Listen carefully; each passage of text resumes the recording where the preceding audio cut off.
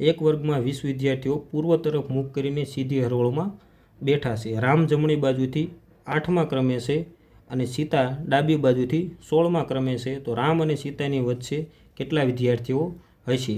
જ્યારે પણ વિદ્યાર્થી મિત્રો કુલ આપેલા હોય ડાબી અને જમણે 3 વસ્તુ આપેલી હોય અને વચ્ચે મેળવવાના હોય ત્યારે 2 વસ્તુ તમારે યાદ રાખવાની. 2 રીતે આ દાખલો ગણાય છે, 2 રીતે પ્રશ્ન પૂછાય છે. જો એક તો આપણને આપેલા હોય કુલ, એક આપેલા હોય ડાબી બાજુથી અને એક આપેલા હોય જમણી બાજુથી. જ્યારે પણ કુલ આપેલા હોય અને ડાબી અને જમણી બાજુનો આપણે બંનેનો હંમેશા બંનેમાં શું કરવાનો થશે? સરવાળો. તો ડાબી અને જમણીમાં સરવાળો કેટલો થશે? 8 અને 16.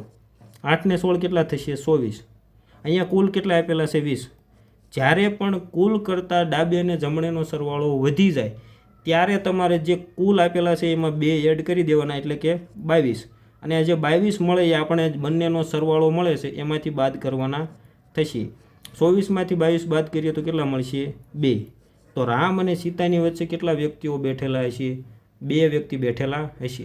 જો આ સરવાળો 20 કરતાં નાનો હોય તો ડાયરેક્ટ તમારે જે કુલ આપેલા હોય એમાંથી આપણે ડાબી બાજુ વત્તા જમણી બાજુનો સરવાળો શું કરી દેવાનો? બાદ કરી દેવાનો.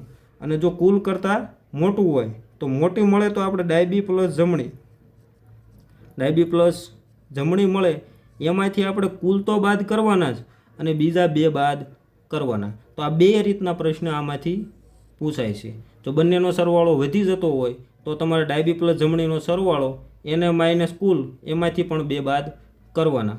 અને જો કુલ મોટા હોય અને ડાબી અને જમણીનો સરવાળો નાનો હોય તો એ કુલમાંથી બાદ કરો એટલે ડાયરેક્ટ તમને જવાબ મળી જશે.